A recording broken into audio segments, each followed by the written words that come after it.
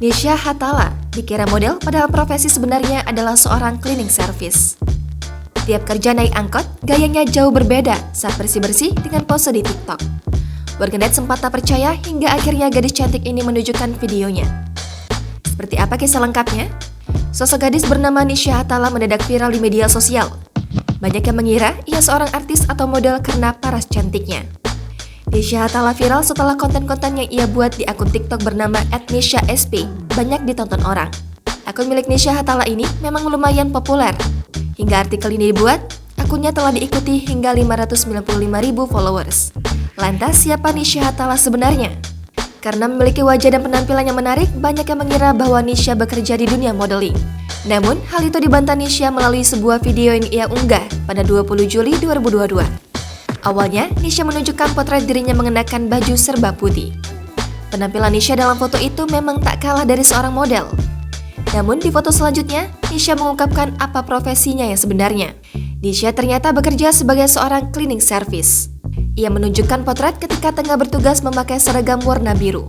Tetapi banyak netizen yang tidak percaya dengan video tersebut. Mereka menyebut Nisha berbohong menjadi cleaning service hanya demi konten.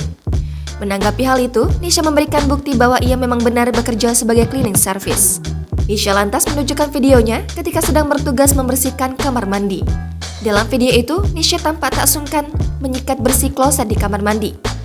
Kemudian juga, video ketika dia tengah membersihkan anak tangga. Lantas pada 22 Juli 2022, Nisha menunjukkan aktivitasnya selama sehari. Video itu diawali dengan aktivitas Nisha bersiap-siap berangkat kerja. Semenjak dari rumah, Nisha sudah mengenakan seragam cleaning service berwarna biru. Nisha lalu keluar rumah dan berangkat kerja menaiki angkot. Ia sempat menunjukkan situasi di dalam angkot yang ia naiki.